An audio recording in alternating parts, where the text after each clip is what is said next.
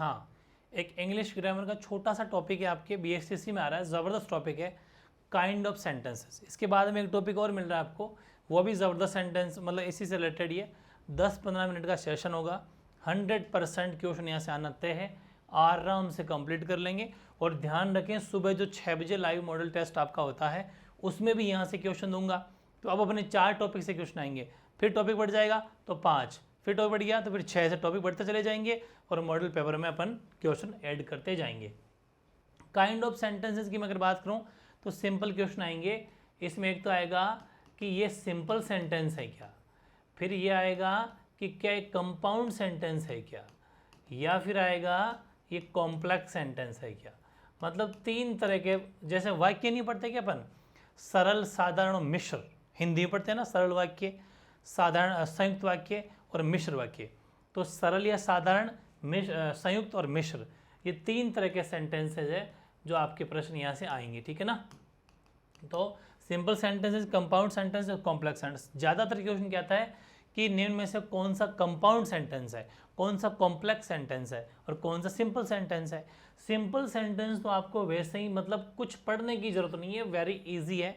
इसमें क्या होता है कि एक सबऑर्डिनेट, मतलब एक क्लॉज होती है सिंपल सेंटेंस की, वह लड़का पढ़ रहा है ना, यानी कि वह पढ़ रहा है तो ही इज़, अपन कह सकते हैं कि स्टडिंग, ठीक है। या फिर मैं कहता हूँ कि वह क्रिकेट खेल रहा है तो ही इज़ प्लेइंग क्रिकेट।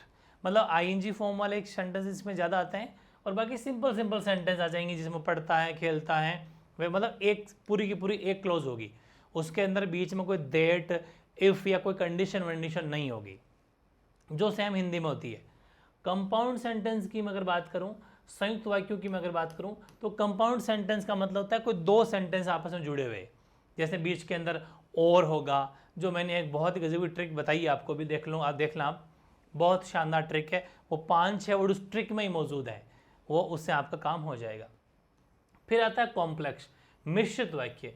ये वैसे ही मुश्किल होता है, मतलब जैसे बड़ी सी लैंग्वेज लिखी हुई हो, बीच में इफ़ लिखा हुआ हो, इफ़ का मतलब कंडीशन दी हुई हो कि ऐसा करोगे तो ऐसा होगा, कंडीशन दे रखी हो, बीच में दैट क्लॉज लेके लिखा हुआ हो।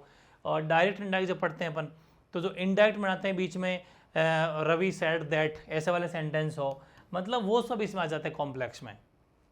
बस इतना सा ध्यान रखना है। मैं तो कहता हूँ सिर्फ कंपाउंड की ट्रिक याद कर लो, फिर सुनो, सिर्फ और सिर्फ कंपाउंड की एक ट्रिक याद कर लो, बाकी दोनों तो वैसे ही हो जाएंगे, जो बच गए वो वही है। सिंपल है, बिल्कुल सिंपल होता है, तो यही दिक्कत करता है, तो कोई दिक्कत नहीं, कंपाउंड की ट्रिक याद है, उसके अलावा जो भी हो कॉम्प्लेक्स है ना। और सिंपल तो वैसे सब जानते हैं।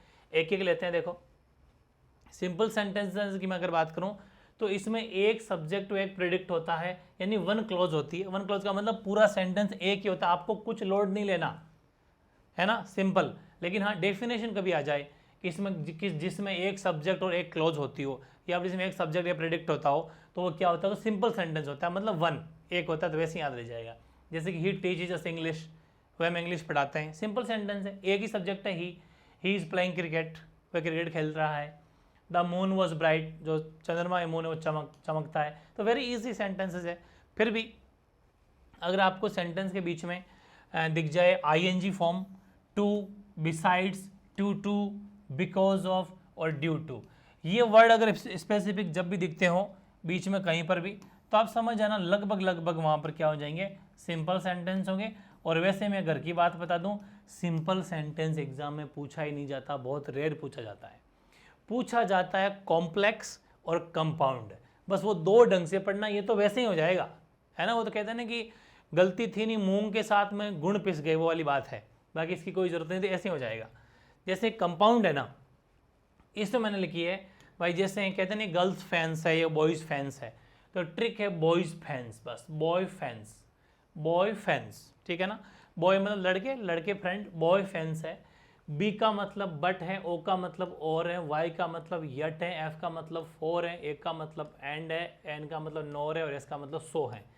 ये वर्ड जब भी दिख जाएं, गजब की ट्रिक है ना, ये वर्ड सेंटेंस के बीच में जब भी दिख जाएं वो कंपाउंड है, बस अब टेंशन नहीं है, पीछे जो बचा वो कॉम्प्लेक्स है। सिंपल तो अपन यूं ही पहचान लेंगे, सिंपल में तो सिंपल सेंटेंस होता है, एक क्वेश्चन पक्का हो गए, 3 नंबर पक्के। ऐसे ही मैं कह रहा हूं, छोटे छोटे सेशन लाला के भी 3-3 नंबर तैयार कर दूंगा, नस नस चेक कर लेंगे, चिंता नहीं करें, ठीक है। जब तो सेंटेंस देखो, I shall do it now, और लगाओ बीच में, और I shall not do it at all, ठीक है।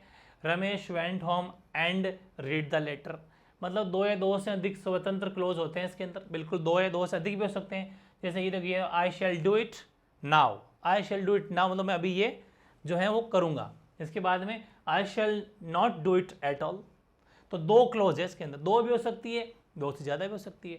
रमेश घर गया और रीड द लेटर पढ़ा, ठीक है। Ramesh was very intelligent but, लेकिन मैंने कहा था ना बट भी दिख जाए, ये रहा but. He never got full marks, यानी कि वेरी इंटेलिजेंट है बट नंबर अच्छे नहीं आते, इसका मतलब गलतियां करता है, ठीक है। ही वॉज इंटेलिजेंट, सो आ गया, सो ही वॉज अनएम्प्लॉयड, यानी कि वो इंटेलिजेंट था बट स्टिल वो क्या नाम, जब मतलब बेरोजगार, अनएम्प्लॉयमेंट। तो वेरी इजी है, ये वर्ड आपको जब भी बीच में दिख जाए, बट ट्रिक क्या याद रखनी है, बॉय फैंस, बस इतना सा वर्ड याद रख लेना, बॉय फैंस, ये वर्ड आपको जरूर याद रखना है। बट और यट, एफ का मतलब फॉर एंड नॉर सो। अब ये नॉर है ना, नॉर का मतलब नाइदर नॉर और नॉर एक ही बात है, नाइदर नॉर आ जाए तो भी समझ जाना वो नॉर ही है, और का मतलब आइदर और आ जाए तो भी और ही है, ठीक है। अभी हालांकि मैं लिखा है वो भी, आओ इधर एक दो सेंटेंस देखते हैं। You have not one, nor लिखा हुआ है, समझ जाओगे, हैव यू लॉस्ट। खुशी न्यो द राइट, खुशी न्यो द राइट आंसर, यट लगा हुआ है, आराम से समझ जाओगे, शी रिमाइंड साइलेंट, ठीक है, वेरी इजी। इसके अलावा कुछ बातें और है, कंपाउंड, क्योंकि कंपाउंड को ढंग से पढ़ लो बस, बाकी सारे हो जाएंगे। अब अपन को ये पढ़ा भी अपन ने कि इसमें एंड होता है, बट होता है, सो होता है, और होता है, नॉर होता है, पढ़ा था ना। तो और का मतलब वहां पर आइदर और भी हो सकता है, अदरवाइज भी हो सकता है, और एल्स, मतलब इनके साथ में जुड़े हुए ये भी हो सकते हैं, तो ये भी आपकी हेल्प करेंगे। ये वो वर्ड है जो आपको पहचान कराएंगे कंपाउंड सेंटेंस है। एंड का मतलब है एंड तो रहेगा रहेगा, लेकिन साथ में एज वेल एज भी आ सकता है, नॉट ओनली बट ऑल्सो भी आ सकता है, बोथ एंड ऐसे भी आ सकते हैं कभी कभी। Yet, still, however, nevertheless, nonetheless आ सकता है। सो के साथ में देयरफॉर, हैंस और कॉन्सिक्वेंटली भी आ सकता है, नाइदर के साथ में नाइदर नॉर भी आ सकता है। वेरी इजी, बट वैसे उनसे काम हो जाएगा, तो मैंने ऐसे डीप बता दिया, छोटी मोटी बातें कि आ जाए कोई तो जोड़े के साथ जुड़े हुए हों तो चिंता नहीं करें, वही पॉसिबल है, तो आराम से उसको भी सोल्व किया जा सकता है। अब आते हैं अपने लास्ट में कॉम्प्लेक्स। भाई साहब, कॉम्प्लेक्स नाम में ही कॉम्प्लेक्स है, कॉम्प्लिकेटेड है, थोड़ा सा मुश्किल है, मतलब मिश्रित वाक्य होते हैं, वैसे मुश्किल कुछ भी नहीं है। जो कंपाउंड सेंटेंस से हटके पूछे वो कॉम्प्लेक्स है, ठीक है।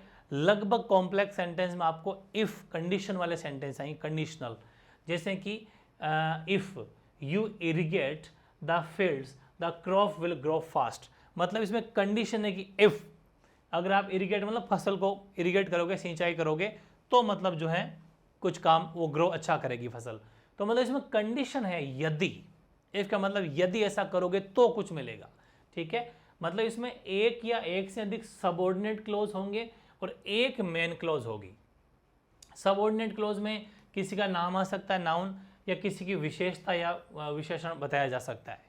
जैसे इसमें बताया अपन ने कि ऐसा करोगे तो ये चीज़ मिलेगी, वो चीज़ हो सकती है, जैसे कि it was unfortunate that you were absent, ठीक है। इट वॉज दैट, इस बीच में दैट कंजक्शन लगा हुआ है, देट वाले सारे इसी में आते हैं, देट वाले इसी में आते हैं, ही प्रूव्ड दैट, जैसे ये सब मेन क्लोज है, इट वॉज अनफॉर्चुनेट ये मेन क्लोज है, if you irrigate the fields ये मेन क्लोज है, तो मैंने नीचे नीचे लिख दिया, इसका मतलब शुरुआती सारी मेन क्लोज है और ये बाद में सबऑर्डिनेट क्लोज है। लेकिन ये आपसे नहीं पूछेंगे कौन सी, तो मेन मुख्य, इस सेंटेंस का मुख्य क्या है, मेन क्लोज क्या होती है। जैसे कि he proved that he was innocent, उसने ये साबित कर दिया है कि वो ईमानदार है, इनोसेंट है। ही प्रूव्ड ये मेन क्लोज है, लेकिन क्या किया, प्रूव्ड क्या किया, तो उसने किया कि ही वॉज इनोसेंट, कि वह, दैट का मतलब की होता है, दैट का मतलब क्या होता है, कि वह ये है। मतलब आपको ये भी ध्यान रखना है, जो डायरेक्ट से इनडायरेक्ट बनाते हैं अपन, तो इनडायरेक्ट जो बनाते हैं ना अपन, इनडायरेक्ट, तो इनडायरेक्ट के अंदर आपको पता नहीं क्या होता है, अपन बीच में दैट लगाते हैं, तो बस जैसे कि रवि सैड दैट, ठीक है, Ram sad that, Ram sad that, तो आप चिंता नहीं करें, वो सारे के सारे क्या हैं, वो सब के सब कॉम्प्लेक्स सेंटेंस होंगे। तो वेरी इजी है, शानदार ट्रिक लगी होगी आपको, ये सब बातें, शॉर्ट एंड स्वीट वीडियो है, ये शॉर्ट एंड स्वीट क्लास थी, सभी चीज़ों को ध्यान रखना है, बस आप कंपाउंड सेंटेंस को ढंग से पढ़ लेना, बाकी जो बचेगा कॉम्प्लेक्स तो ऑटोमेटिक ही सॉल्व हो जाएगा। तो इफ कंडीशन वाले सेंटेंस हो गया, बीच में दैट हो गया, ये जितनी बातें पढ़नी है। बाकी मैं जो 20 मॉडल पेपर 20-22 का जो अपने जिम्मा उठाया है, जो पूरे लेंगे, उसमें लगभग चीज़ें सारी आपको मैं वैसे ही कवर करा दूंगा, क्योंकि क्वेश्चन जितने ज़्यादा सॉल्व करेंगे तो और ज़्यादा ईजी समझ में आएगा।